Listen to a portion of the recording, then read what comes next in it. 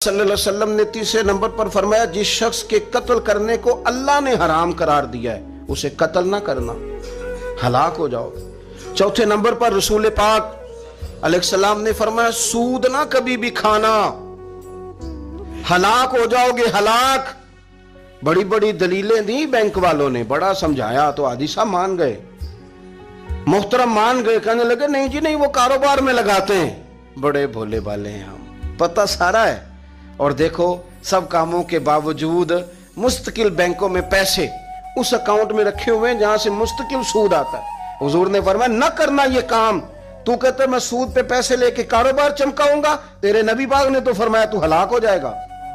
तू कहता मैं मिल लगाऊंगा, हुजूर ने तो फरमाया हलाकत है। तू कहता मैं बड़ा कुछ कर जाऊंगा तो हलाकत है। अच्छी तरह समझ ले, असल माल भी जाया हो जाता है उस बंदे का जो सूद का माल मिला लेता है, असल बरकत भी उड़ जाती। और मेरे नबी